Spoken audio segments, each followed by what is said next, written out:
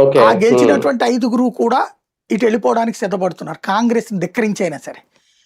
కాంగ్రెస్ అధిష్టానం అవసరమైతే వాళ్ళని సస్పెండ్ అన్నా చేయాలి, కానీ వాళ్ళని పోనీయకుండా ఆపాలి. మద్దతు ఇవ్వకూడదు కాంగ్రెస్. ఇచ్చింది అంటే సుదీర్ఘ కూటమిది, డిఎంకే కూటమి. దాని నుంచి బయటికి వెళ్ళిపోయినట్టు, ఐఎన్డిఏ ఉనికికి భంగం కలిగినట్టు అక్కడ. ఇప్పటికే కేరళలో వాళ్ళతో లేదు పొత్తు, దెబ్బతిన్నారు. బెంగాల్లో పొత్తు లేదు, దెబ్బతిన్నారు. ఇక్కడ కూడా పోతే రేపు పొద్దున భవిష్యత్ దెబ్బే కదా.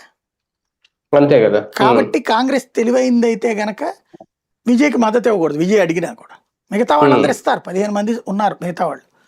అది ఏఐడిఎంకే కూటమిలో భాగస్వాములు, డిఎంకే కూటమిలో భాగస్వాములు. వాళ్ళతో పెట్టుకుంటే రేపటి నుంచి రోజు పెంట విజయ్కి.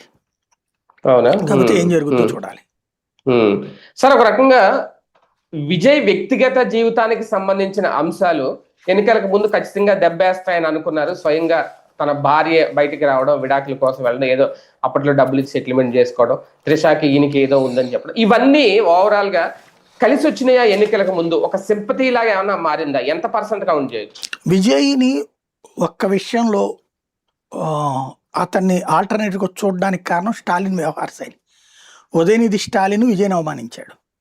అట్లాగే అతని సినిమాని రానియకుండా కేంద్రం అడ్డుపట్టడం ద్వారా అతను